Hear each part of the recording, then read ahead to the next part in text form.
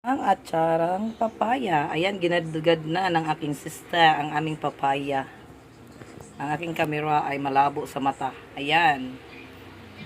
Tapos, ito yung ating ingredients. Carrots, bell pepper, red and green, then onion. This is a loya. At saka si beweng. Bawang pala, sorry. At saka pasas. Then, sugar.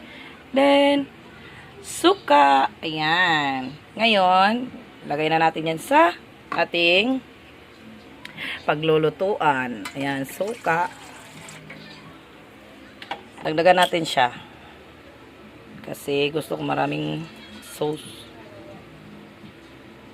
Dagdagan natin siya ng ayan. Tapos, lagyan natin siya ng water.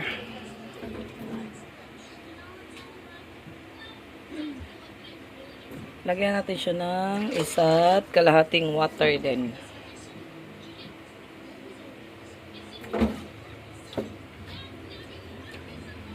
Kasi para hindi siya masyadong maasim. Yan.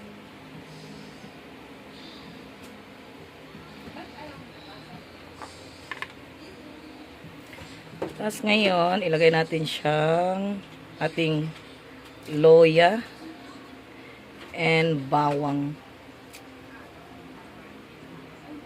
Luya and bawang ang ilagay natin ng una para masarap.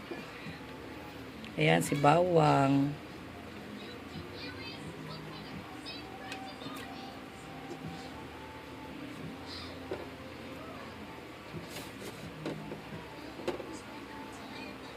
Ayan, okay.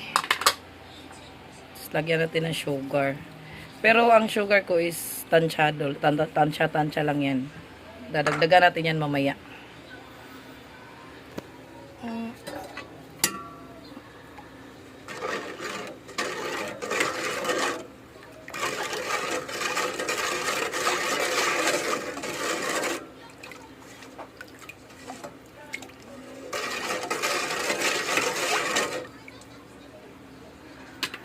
Ayan lang muna natin siyang kumulo ng kumulo guys para maluto yung suka.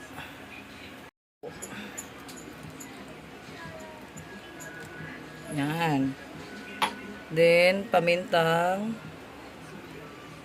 durog. Ayan, ayan lang natin siyang maluto yung suka.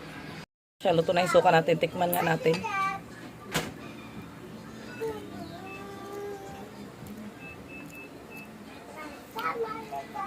Yung timpla guys, lagay na natin yung ating ibang ingredients.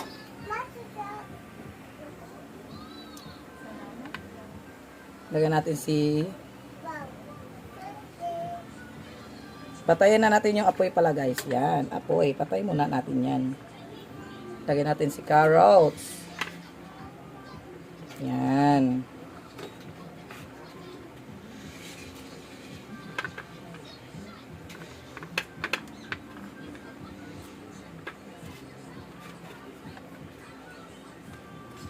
Si bell pepper. Yan, si bell pepper. Lagay natin. Pasensya na guys. Sariling to sikap guys. Wala tayong stand guys. Hindi uso stand sa akin. Istang kamay. Lagay natin si sibuyas. Ayan. O diba? Lagay natin si pasas. Ayan, pasas natin. Ayan, halo-haloin natin guys.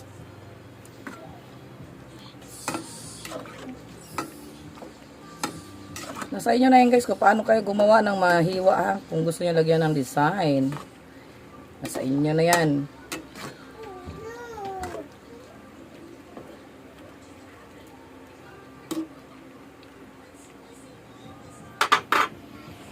Ayan guys. Ilagay na natin tong sauce guys. Para ihalo-halo na natin siya. Mikos-mikos natin guys ba. Para masarap.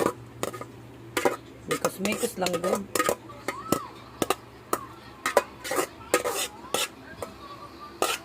Mikos-mikos. O, diba? Ang yummy-yummy tingnan. Ang daming sahog. Mikos-mikos natin guys para mag ano sa ano ba sa papaya. Masarap tong ganito kasi maraming ano sauce. Pag hindi o konti lang sauce din masarap. Kasi hindi mo masyado ma-appreciate yung lasa niya pag dry. O diba guys, ang ganda na tingnan no guys. Magprito na kayo ng baboy dyan, di isda. Partner nyo to yummy.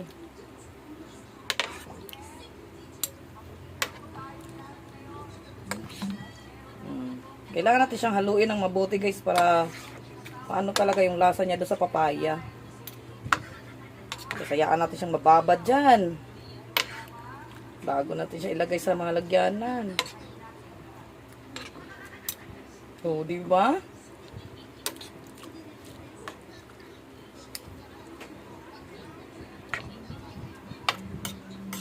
Mikos-mikos, mikos-mikos.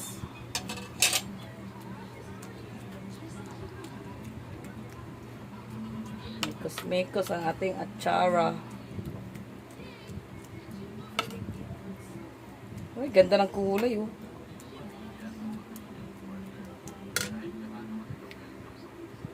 Ayan guys, okay na. Okay na. Okay.